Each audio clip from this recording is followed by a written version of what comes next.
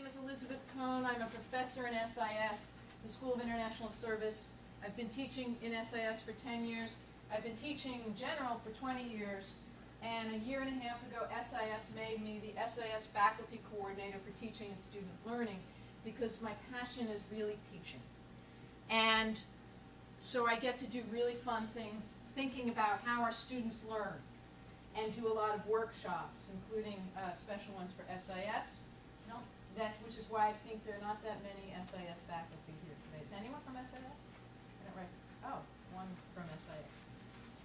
We only have 1 hour. In my perfect world, we'd have 2 for a teaching workshop. So that's why I have given you a lot of the material that one might normally verbalize. So it's material that you can go home and read. Hopefully some of you did the homework for today by reading the handout I sent yesterday so that we can then talk about it. I realized, so what I'm doing, so that's my introduction. I could say a lot more about me. You know, we all love to talk about ourselves, but that's not why you're here. Next, I'm going to discuss the learning outcomes for this workshop. Why? Because, and again, I'm doing this for you as teachers, you will be evaluated with your student evaluations at the end of the semester. Just as you're going to evaluate me in this workshop at the end of 1 hour. And the first time I got this back, it said, oh, the presenter clearly stated the goals of the session. That's the last question. I hadn't done that. So I got just strongly disagrees, except for some kind people just said agree, and they were just being nice, because they liked me. So now, another lesson of the SAT. So now I include the learning outcomes. So if you're new to teaching, one of the things I recommend that you do is go online and look, if you haven't gotten a copy of our SATs, and look at how you're being evaluated. It's very helpful for you to then think about how you can provide that structure or information to the students. So my goals for this workshop, as I said, since I only have an hour, or we only have an hour, is to give you the basics of active learning, discussing the what I mean by active learning, and then really how and why active learning is important, so that at the end of this workshop, you will, in a summary activity, identify for yourself examples or ways in which you could incorporate active learning into your syllabus, even for this semester. Okay? Active learning does include simulations, gaming, stuff that takes way more time to prepare than I'm going to give to my class. How many of you do simulations in your classes? Or gaming? All right. So raise your hands if you do simulations. Everybody look. Your name is? Griff Lindsay. Griff Lindsay from what school? Cohn. From Cohn? Jane Hall from SOC. Jane Hall from SOC. If you want to learn about simulations, you can talk to them. Who does gaming? It's called gaming. I play some games. Okay. Your name is? Susan Aguilini. Susan Aguilini from? Yeah. CIS. So you can talk to Susan if you want to learn about how to use games in the classroom. All of the active learning exercises that I have identified for today are ones that are to complement the lecture and discussion. It's a way to provide structure and enable you to reach your learning goals or outcomes for the day in still structured ways, but in ways that require you to give up some of the control in the classroom.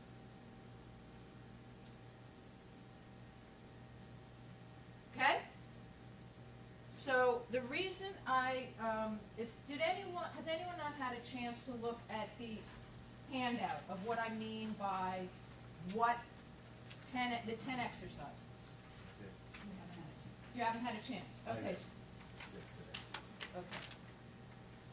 I'll give you 1 minute then to just skim so that you know what I'm talking about when we say active learning. If you haven't read it, I would ask you to look specifically at Ticket Out the Door and Super Sentence and even Brainstorming.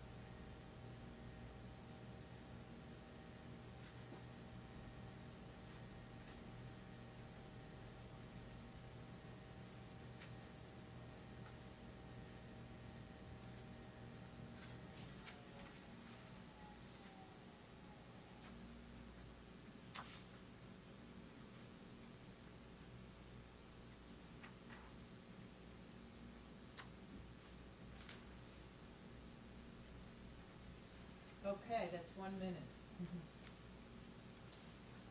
We're going to spend a bunch of time on the specific 10 exercises, but before I do that, I want to talk about the importance of why active learning and some tips for being effective in using active learning in the classroom.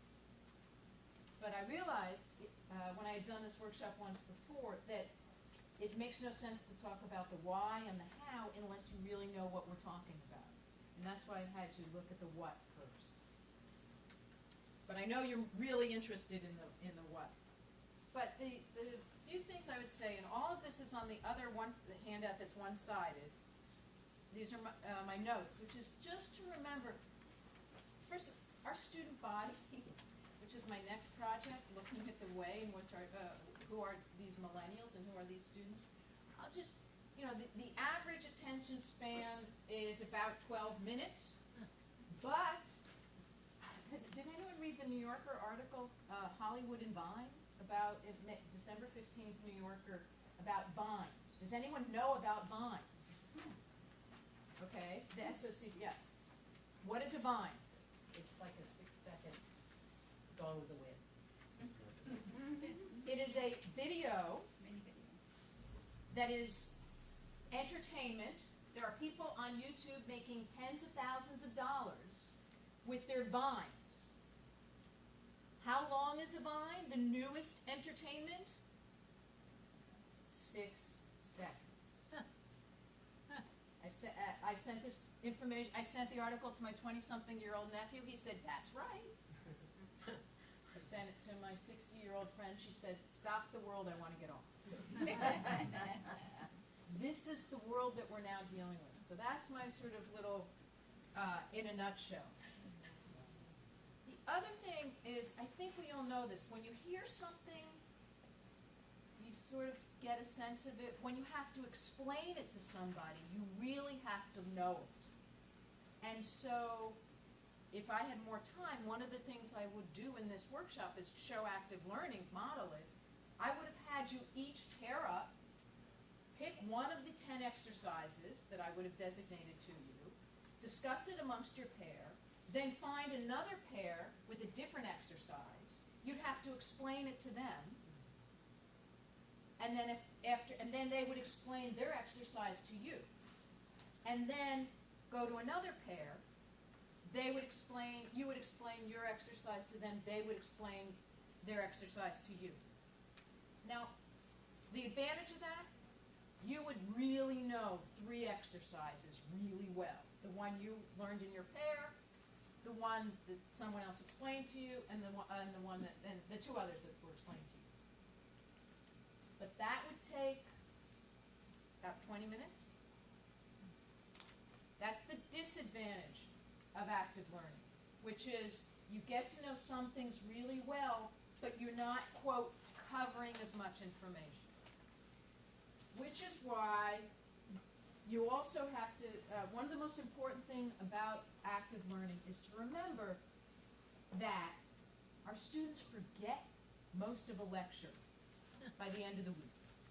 So the most important tip I can give to you today is to let go of the idea that lecturing is teaching. That lecturing alone is not going to actually produce the student learning that studies show we think. We have learning outcomes. Very often they're dictated by the textbook. So when you do active learning, since you don't necessarily cover as much breadth for each point, should you limit your learning outcomes to what they will actually learn? Absolutely. If your learning outcomes are your goals, your intentions of what you plan for the students to learn.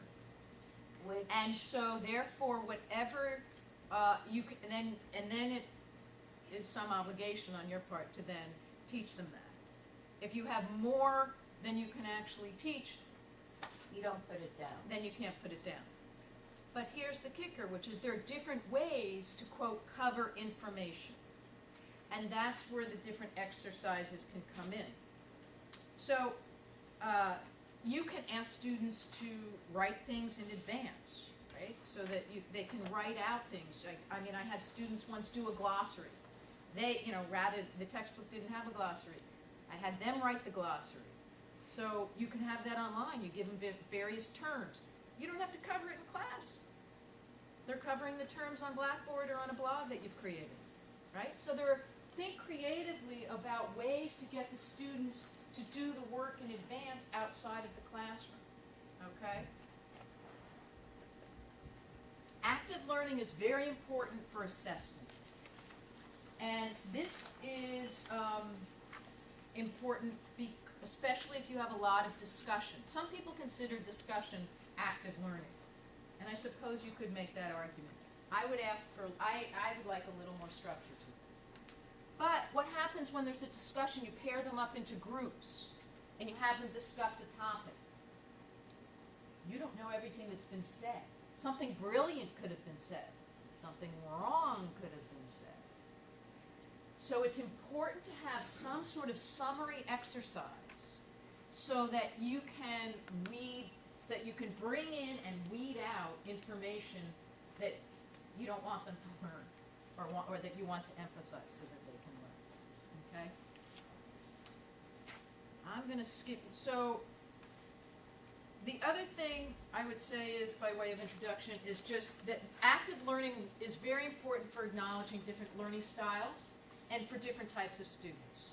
There's a study that came out last fall that shows that first generation and black students increase their test scores by 6% when there's an active learning involved. Everyone increases 3%, but black and first generation students increase 6%. So it is also, we have, at least in the School of International Service, we have a lot of international students, students who are called introverts. I don't fully accept that categorization. It's another workshop. But there are ways in which if you pair people up, if you give them a chance to write in class before speaking, it allows people to gather their thoughts and then share. And it will even out class participation and classroom, the classroom dynamics. Okay? The last thing I'll say, and everything else is on here, on this handout. Students, if it's all discussion or if it's a lot of interactive work in the classroom, they might say, why am I paying $50,000 for this? And this is not, I'm here to hear what the professor has to teach me, not what my students have to teach me. So I am always very transparent. The exercise we're going to do today will allow you to do this, encourage you to do this, and I walk around the room and show my presence. So I'm teaching. It's important that you still teach. It's a form of teaching, and let students know that. So be transparent about that. Explain how it's relevant or what that exercise will entail. Okay? Everything else is on the handout. I wish we had more time. Any other, the why and the how that you can think of that you'd like to add? Why active learning is important, and tips that you think might be helpful. Yes, your name is? Rhea Kennedy from Gallaudet University. I guess for the how, I do wonder about students sharing with each other, teaching each other material. I guess at what point do you have another step of kind of approving what they plan to present or teach? Or how do you keep that misinformation from coming out? Not that we have all the answers, but there's definitely some things that are wrong or not complete. So are you thinking of like in small groups? Small group discussions in the classroom? Because all my exercises are about in the classroom. Yeah, in the So classroom. small groups in the classroom. Often small groups, sometimes groups or individuals who have worked on something and then come to present it in the classroom to everybody. Group presentations or presentations, I always require them to hand a draft into me 1 week or 2 weeks in advance, and then meet with me. and we go through it. And they often get very demoralized because they have to rewrite the whole thing. But I never waste time, or the students' time in class. So I think that's incumbent upon us to have the students meet with us, submit some draft in advance for a presentation. Absolutely. So I will even, the students end up sort of scripting it even. They say, here's our script. Sometimes they'll hand me the script. So, but I haven't fully answered your question. Sorry, that's it. There are ways, let's say you break them up into small groups. How can you ensure that what was said, How can you do a report out? Yeah. Have a report out, each group to the one that report out. could you hear that in the back? No. Okay, can you repeat No, it? I just suggested that each group could give a 1-minute quick report out on the, so that then people could hear it, and then you could comment if there was a correction. So you have each group report back. So what would you ask them to report back? Because if you have them meet for 10 minutes, or even 20 minutes, they can't repeat everything that's said in 20 minutes. So oftentimes I'll, Kimberly, you wanna? oftentimes I'll ask I'll put 3 questions on the board for them to discuss in groups, and then they come back together again as a whole class, and we discuss those 3 questions. And if somebody's really off track, we're able to, pull them back at that moment. I mean, I don't assure that everybody's got everything right in the small group, but we're darn straight that it's right as a whole when we're done. So so by reporting back, you can find that. What else? Other ways in which you can ensure that what was said in small groups is what you want them, what they say and what what they learn. Beneficial. You could say Yeah. that. Yeah, I'm also walking around the whole time. I'm sitting in other groups and I'm saying, wait, maybe you want to go in think about the question differently, or make sure you did them in order, or go back to this specific paragraph and reread the way in which the author's talking about this. So, I mean, I'm gonna catch them, I think, before they go completely off the cliff. Excellent idea. And Well, I have them post. your name, please, and Larry Kirkman. from? School of Communication.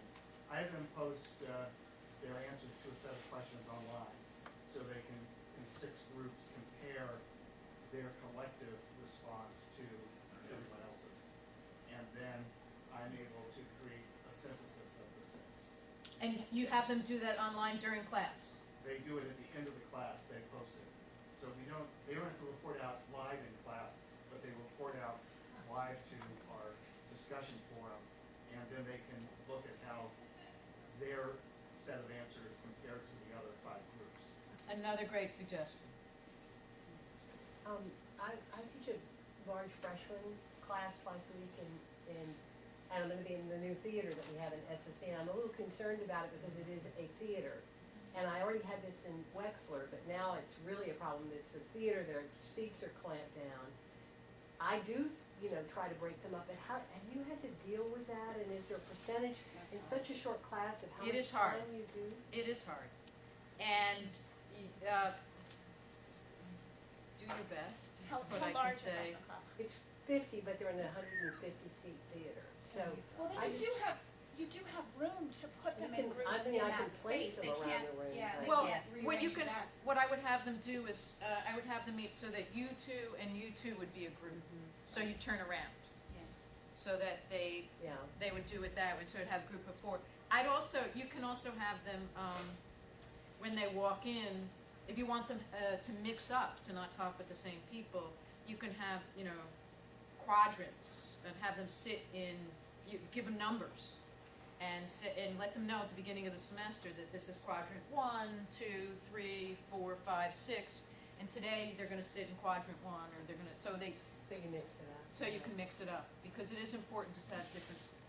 Do you Yeah. have in mind in a class that runs about an hour and a half twice a week, how much time you're going to quote-unquote lecture and how much time you're going to do other things? Great question, no. Maybe I should, but it all depends on my learning outcome and the kind of material that I have that day, and the assignments, because the assignments also work with what's going on. But, yeah, our student body, I really, to be honest, and this is my next project, as I said, which is trying to look at our current student body, and what I've been doing for 20 years no longer works. I'll just say it. I can't give them some great reading and come in and say, wasn't that fantastic? Let's just talk about it. And they're like, where's the video? And they're like 12 minutes later, they're just not there. But you know, So yes, so the answer is it's about following, I would say checking in with your students. I have a colleague who asks his students, in the middle of class, he'll just say, raise your hand, how many of you are bored? And he's like, okay, why are you bored? What can we do about this? That takes a lot of risk. And you have to be able to respond to it. But that's very active learning, which is asking people to take responsibility for. So I want to I'll take one more question, and then I want to move on to some of the exercises. Groups are important for active learning. What is the optimal group size? And because now I find I have 35, and if I feel I must have every group be able to report out. So if it's 9 groups, report out, that's a lot of time. You can't have 9 groups report out. Okay, so, Let me ask, why would it not be effective learning to have 9 groups report out? Repetitive, probably, for results. Repetitive, yeah, boring. okay. So here's the question, which is, what do you ask them to report out? You can ask them to report out, what's one question that came up in the discussion that you really want to pursue further? Or you can ask them to report back. Sometimes I'll have groups report back by putting it up on the blackboard. Take a minute, and then I sort of, can look at it. It's a low-tech way, but I can look at it and say, okay, what are some of the themes we have here? It takes just a few minutes to have them, or I can say, I want 2 points from everybody, not everything that was said. You can ask them to report back, what's something that was said that you think isn't quite right? And get at that problem. But you still Bits have of 10 groups information. saying something for a minute. I would not have 10 groups report back. So you don't have to, you can choose, I would have them report back to you in writing so that there's accountability, or let's try my super sentence. okay. If you look at the handout, Yeah, I the know. 2-page handout, where is it? That's Super the sentence is on thing. page 2. I use this a bit. I actually used, I guess, enough that I had a student, she was a senior too. I would say, all right, let's do super sentence. And she'd say, oh, goody, goody, And I was like, is she becoming dependent on the super sentence? So there's that problem, which is, if you have a summary activity, it's important to not do the same thing every single time, because then students can stop listening and just wait for you to tell them at the end what they needed to remember, right? So there's some acts here. So what's a super sentence? A super sentence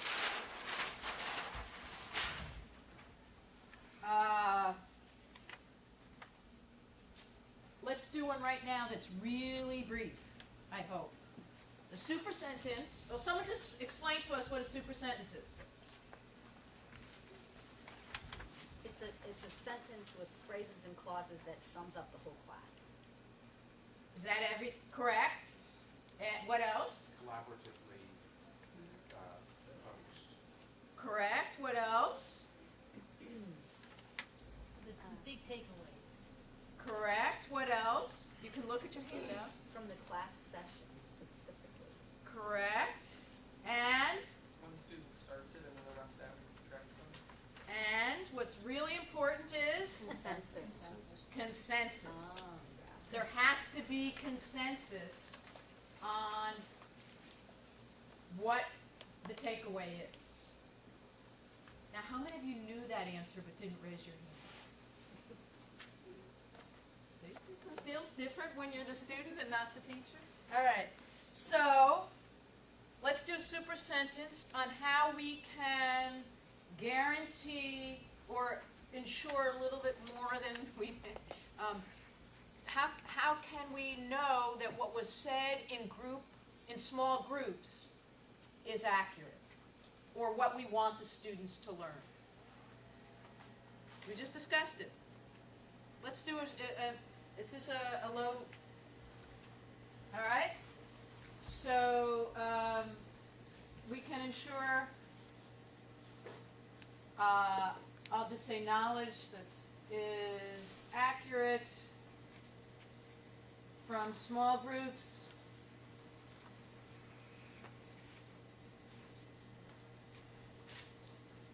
We'd like to continue that sentence.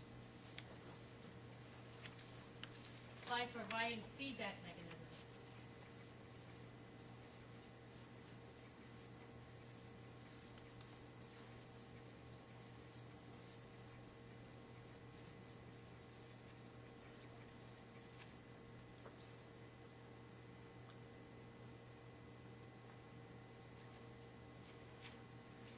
And being involved during the process. Can you be more specific? And the instructor being involved during the process of forming the message. So what do you mean by being involved? Engages in small groups, right? Yeah. Engaging, being involved, for example, engaging or checking in with small groups. Checking in with small groups.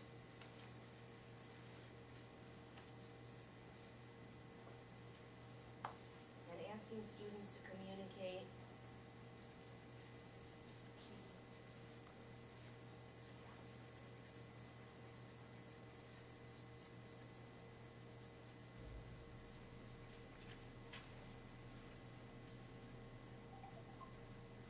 Thinking of where you say and asking, it's almost, I wonder if it could be tasking students to communicate post-discussion with online follow-up. Yes. To communicate key points or key concepts, key takeaways.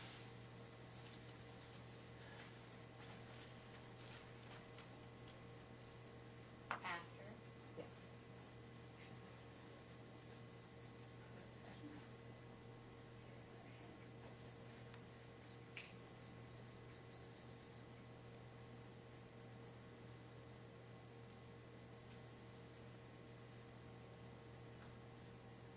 I'm confused what feedback mechanisms mean. Is that like polling on CNN where they no longer report the news, they just tell us what we think? Gives you an example of what our students expect from the news, which is they are part of the news. So what is feedback, see? What does that mean? Can we be more specific? Well, by getting student feedback or getting student, We would specifically task students to, the feedback mechanism, as we were talking about it, as I understand, is the dual-pronged online feedback from Okay. your 9 groups, Such as such as online reports reports and and in-class in class. consensus building. Okay. Do you see how I left the space in between, the spaces in between to be able to edit? And I pushed you a little bit. There are 2 ways to do this. One is you can just write what other students say and then wait for somebody else to say, well, what does faculty involvement mean?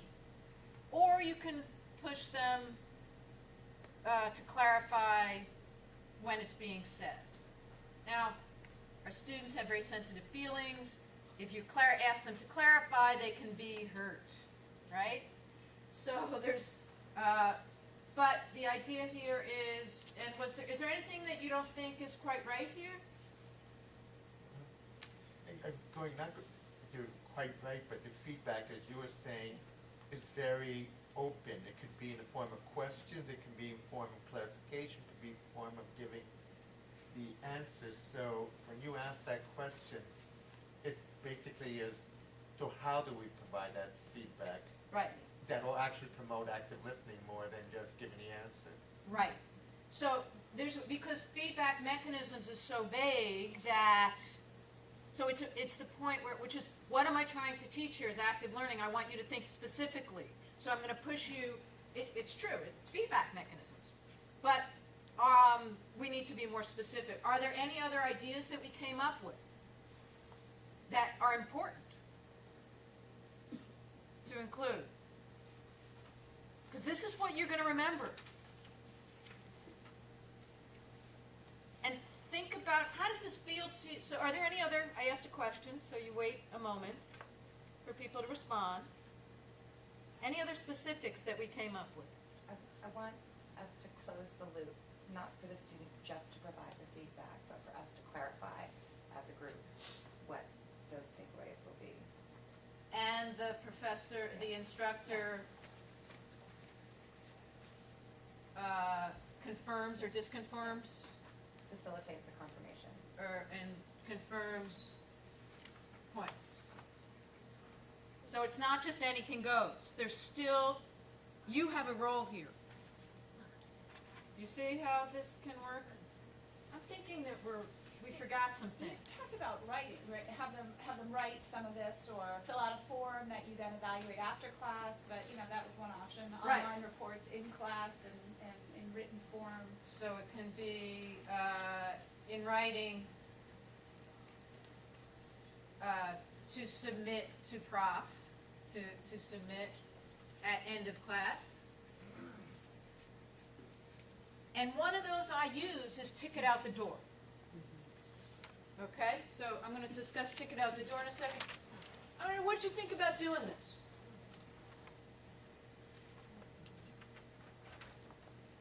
What are the advantages? So we know what the advantages are, right? Did anyone find it annoying? No, to me, it's like, if I did at the end of the class, a nice way to say, like, if you had a particular learning objective for the class, the super sentence could try to address, okay, what do you think the key concepts we learned, or the principle that's going forward that you can use, or whatever you want that. So I'm thinking, tie this to the learning objective. There's, yes. Now, there's another way to do that, and it's not on the list. Tweetable moments. What are the 3 tweetable moments from class? Or it's another thing that faculty do, which is to say, what are the 3 takeaways? So it depends on what your content is for the day. It depends. So this is not paint by numbers. There's an art here, right? So I leave it up to your thinking, intelligent minds. So it depends. Do you want the advantage of the super sentence is concepts are related to one another. If the content is, if it's really important, right? To have the concepts related. Maybe it's 3 takeaways because you dealt with different things that day. And so you want to have, what are the 3 tweetable moments? You can ask them to tweet. I will not. Does anyone ask their students to tweet during class? I've heard this from a student, a first-year student who said she had a professor, I don't know if you're in the room, who asked, they had to tweet 5 times during class, and they had to respond to their classmates' tweets. I'd rather they were paying attention to me. That's what the girl said. She said, I was going out of my mind. Because then I got criticized because I wasn't paying attention to what was going on. She's like, because I was, and it was an intelligent girl, and she's a freshman, so she's used to all of this technology, not me, like me, this old fart. And she was freaking out by it, and too afraid to tell the professor. Well, also millennials aren't that into Twitter, from my experience. Yeah. So they're not as comfortable with it. If they were Facebook commenting on each other, it might be a different story. Okay? Great, I want to read Facebook. Sure. Exactly. All right, so another way to do this is called ticket out the door. Why don't you take a look at ticket out the door?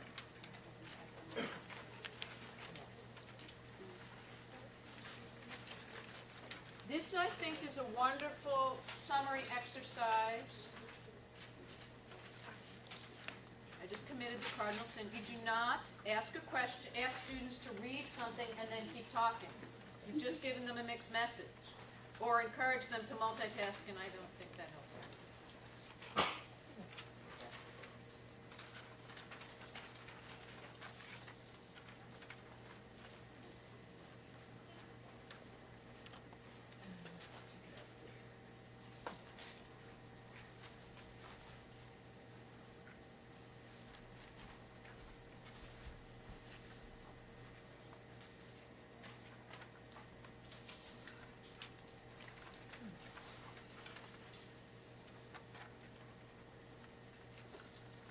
I did a teaching workshop this fall, and I wanted to know, because I'd be working with those faculty again, I wanted to know, I gave them a half sheet of paper, and it had 2 questions.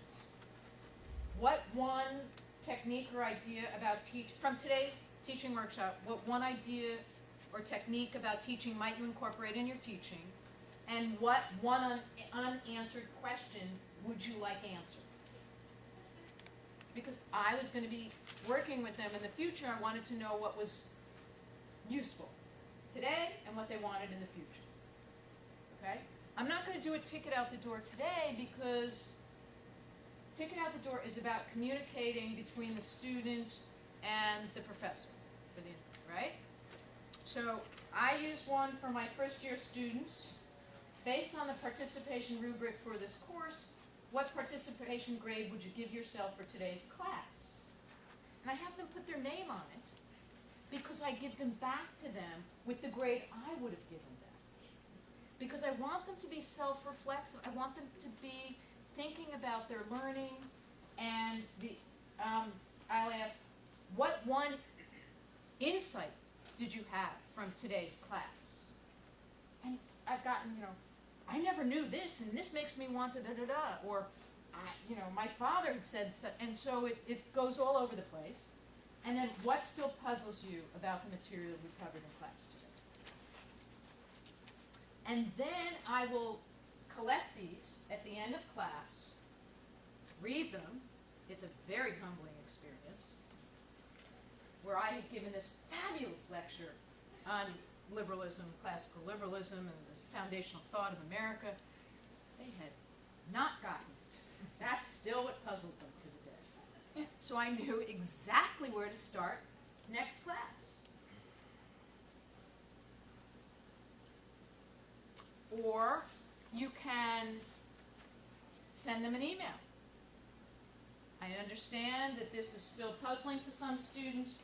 Let me go in further and explain, and you can say what you would say in class. It depends on how much time you have. So ticket out the door is a way for you to have communication with your students. What questions would you like to ask on a ticket out the door, do you think? Is there anything that comes to mind that other than what I mentioned? Maybe speaking specifically to the type of course, the size of the course, and speaking specifically to content-heavy based introductory courses versus sitting around and chatting about higher level ideas. So, what's your question? So strategies that you could use, because I'm thinking to get out the door, I have 60 students, and I don't think I can read 60 different comments and email them back before the next class. That strategy wouldn't work for me. So for example, I use clickers in the classroom, and so I get immediate feedback about what people are getting and what they're not getting. So, is anyone not familiar with clickers? Raise your hand. Can you explain clickers in the classroom? It's just a response card. So I have something on my computer, and I can project a question up on the board related to some material that I've just covered. And I do have heavy information, heavy lectures that I'm giving. And then they can say, they can answer their question, basically answer A, B, C, or D. It's a multiple choice question.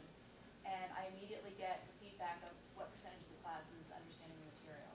So if 100% of the students or 95% of the students, I still answer the question and ask, if anybody doesn't still understand it, to ask after that. But if 30% of the people are getting it, then I can say, hey, nobody got that concept. I have to go back immediately It's amazing technology. It is, it's great specifically for that purpose, I think. And if you don't have clickers, there's also, is it Poll Everywhere? Which students can use through their phones. And you can poll students directly. I use something called Top Hat that does the same thing. Top Hat? They can use their phones, their laptops, their tablets, or whatever.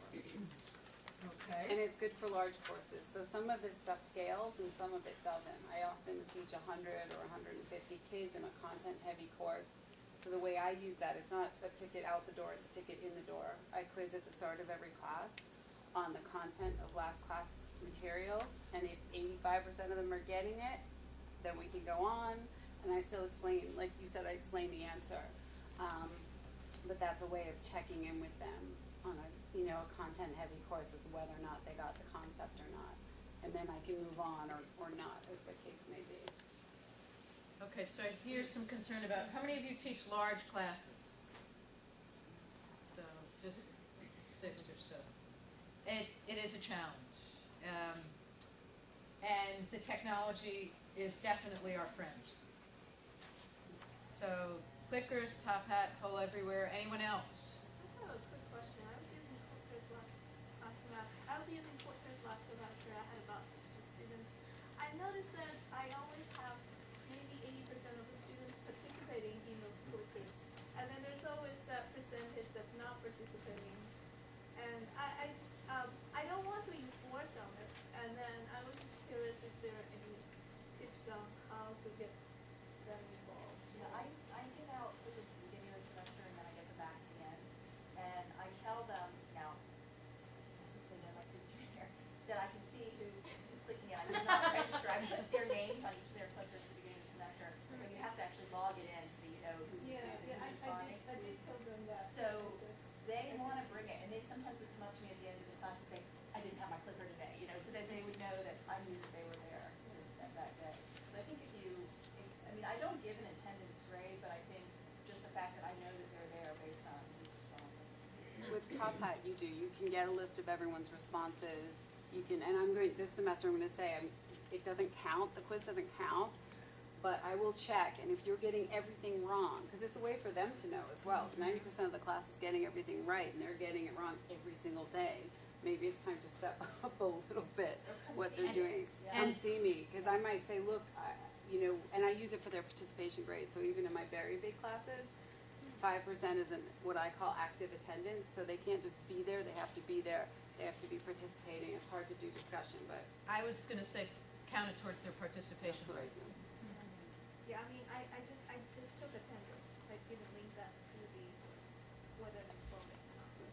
Yeah. Our students are very busy, and they will triage. And so we need to set up, I actually polled my students, I do a mid-semester evaluation. I have copies here if anyone wants a copy of it. And last semester I added, how many classes are you taking? And based on internship and your paid work, how many hours a week are you working? And I had several students, 5 classes, between 30 and 50 hours a week that they're working. And I forgot to ask about fraternities and sororities. And if they have sophomores, they're pledging, and that's 10 hours a week. I just wanted to encourage faculty who are teaching the content-heavy intro courses not to shy away from doing the active learning thing, because it's not just for higher order skills, it's also for concept retention and fact retention. And if we take what Betsy's saying, which is that they're only paying attention for 12 minutes and they're going to forget everything we said by the end of the week, I think it's equally as important in that setting to reinforce the learning by making them more responsible for it. So I think that's even more important. Yes. Yeah. Because they can just zone out, I can zone out. I know, I can bore myself sometimes too. But I do try in every class period, even if we're in a section that is going to be a lot of me talking at them, that I have some exercises planned somewhere in that day, at multiple points where I'm physically moving them around the room, or I'm peppering them directly with questions, or something that's requiring them to be on the spot instead of listening to me alone. I would agree, because remember my first, it was in the middle, but my main point, and the main takeaway is that if you think that you're covering the material by lecturing only, you are deceiving yourself. You have to really change the paradigm here and think about student learning and not teaching. And what do our students need to learn? And they need to be engaged. I have a question. This is based on what I learned before. Before, it would be that in order to retain a material, you needed to review it within 24 hours. If you did that, then you maintain most of it, like 90%. But if you didn't review it, most would be gone. Is the active learning process a way of not having them required to review material within 24 hours and yet retain it? There are new studies out. Has anyone read these studies about testing? That it's not the reviewing the material, but it's the testing of material that enables students to remember. Frequent testing, I can post these to the study to Blackboard.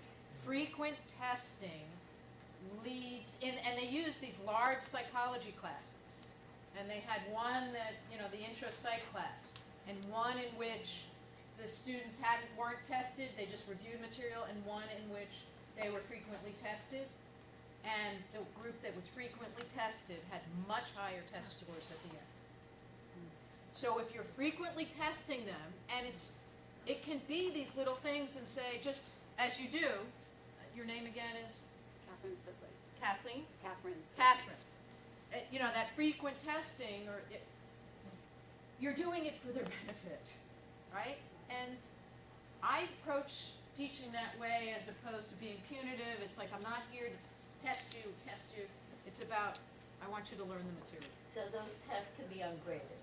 They can, definitely. They can be ungraded or definitely. All right.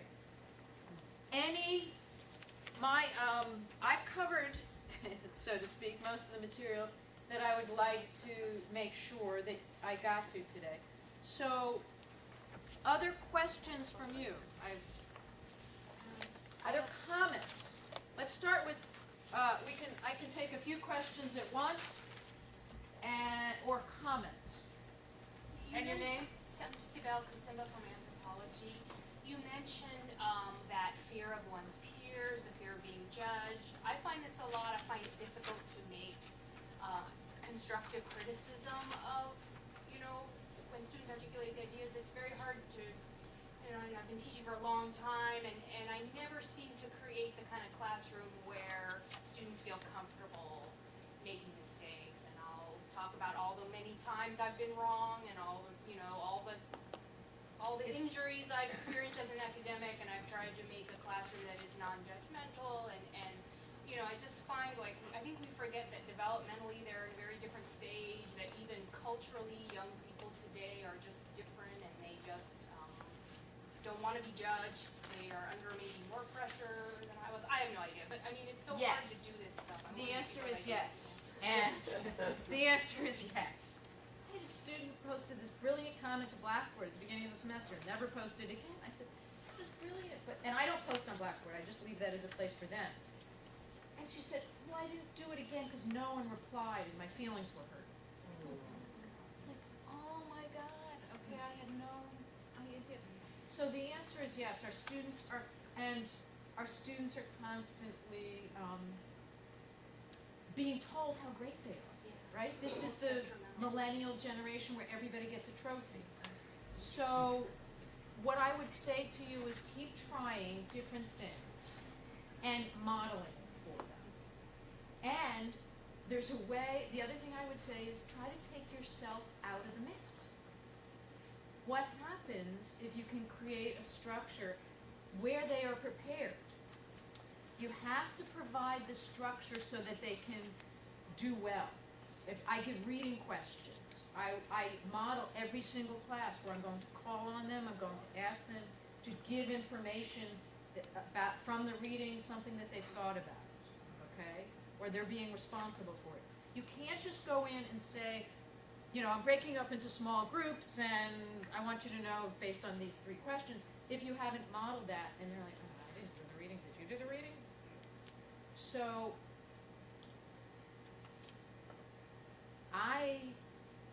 what I would just say is to keep reinforcing the positive comments. And I also tell my students, I take them seriously. This is a whole workshop I've done on class discussion. I take them seriously. If someone else says something, I say, did you get that down? Because that was a really good point. And they'll say,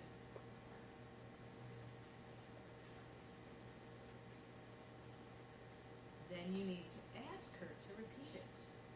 I don't repeat what students say because I don't want to reinforce that the only thing deserving of taking note is what comes out of my mouth. So I try to democratize the classroom more that way. What that means, I tell the students, is I have to call out if it's not quite right. And it's a sign of respect to everyone, that everyone's voice is important in the classroom. And occasionally, I'll have one student who just has this problem. But usually, it evens out. So I explain the philosophy of it and just reinforce they're used to it. Other questions? I wanted to ask a little bit about discussion. You said that you sort of felt it was active learning, but that there was like a debate to be had on that. Do you think that discussion is another valuable way to get students to actually demonstrate that they understand the material, or do you think that, what are the trade-offs? Discussion can be great if they're prepared. I just say, and again, I say I democratize a classroom, so discussion has to be based on the reading, so that everybody can do well. I don't want, otherwise the student who has much more preparation, who traveled around the world with his parents, since age 9, I say I'm not going to privilege that. Everybody has a chance, and I will cut students off if it's not based on the reading. So yes, I think if you create a structure and expectations, participation and discussion can be very important. I have here a handout which I always bring with me when I'm doing workshops. The best participation rubric I've ever seen by a guy from Villanova, and here's his categories: listening, preparation, quality of contributions, impact on seminar, and what's last? Frequency. And so it's got to move the conversation forward.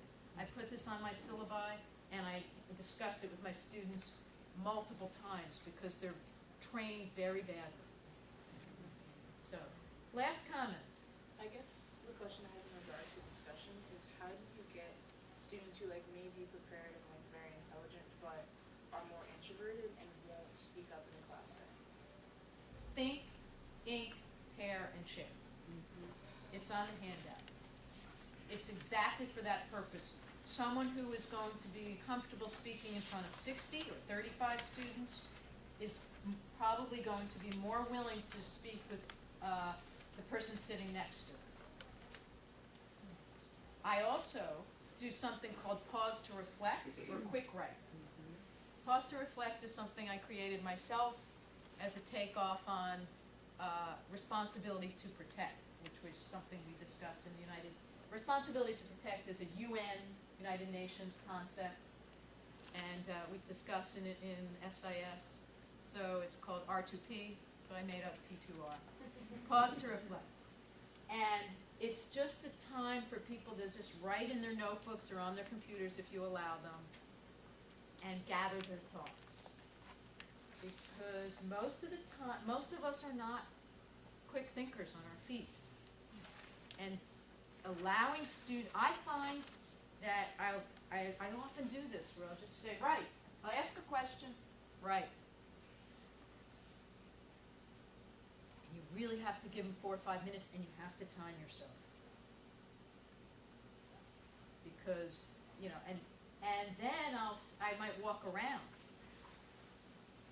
and I'll say to a student who doesn't share very often, I said, that's amazing. Will you say that in class? Will you say that aloud? But I say it quietly to them, so they've given a chance to gather their thoughts, I've reaffirmed for them that it's an important idea, and so it makes it less risky to speak. Not everyone agrees with me. Some people say it's still putting an introvert on the spot. One quick question, kind of just to follow up on what both of them were talking about. Obviously, we're not approaching this from the perspective of a professor, but more so as a professor's assistant. How do we facilitate sort of higher level discussion and engagement when we're doing review sessions and things of that sort? Because we're not necessarily responsible for presenting information, but we're there sort of to reinforce the information and encourage higher level thinking. So how do we get students engaged in that? How do we make them excited to be there and not necessarily feel like, oh, well, I already learned this from the professor, so it serves no purpose for me to be there, and kind of just tune us out almost. You make it worth their while. They don't have as much of a hierarchy in their minds, because this YouTube generation, everybody is equal. So you have to make it worth their while and ask good questions. And that's hard. And two things on that I learned at a workshop last summer. Surround your questions with silence. It's very hard. Give them a chance to think. Pair them up. Pair them up all the time so that they talk to each other, and you walk around the room, you'll see who's done the reading or not. And then finally, if you ask a question and nobody responds, ask, why is that question so hard? And I did a workshop with PhD TAs in SIS at the beginning of in August. I did a workshop again later in the semester, and one of them said, I did that then. And they spent the entire class period then, the students saying, well, I didn't understand the terminology he was using. What does he mean by this? Why is he talking about that and not this? And they got through all the content without him having to say another word. So ask, why is that question so hard? It's not my idea. I wish it was. It's brilliant. We are out of time. So I just want to be respectful of time. Oh, it wasn't that important. I was just going to say, in a lab, I might think about Bloom's taxonomy and only ask the kinds of questions like evaluate, or let's create, or let's compare. Forget about all the what did you remember from the lecture, but really move them on to a project or something we're going to create. Asking the right questions. And if you need to get at certain facts, do that in writing. Put them in pairs, do a glossary, do something like that. So. Can you post that on the website? Yes, I will post this rubric. It's John Immerwar. If you can Google it, but it is IMMERWAHR.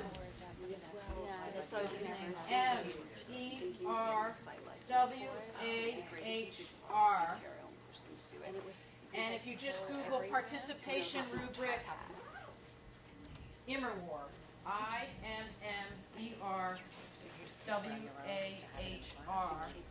you'll get it. Thank you, one and all.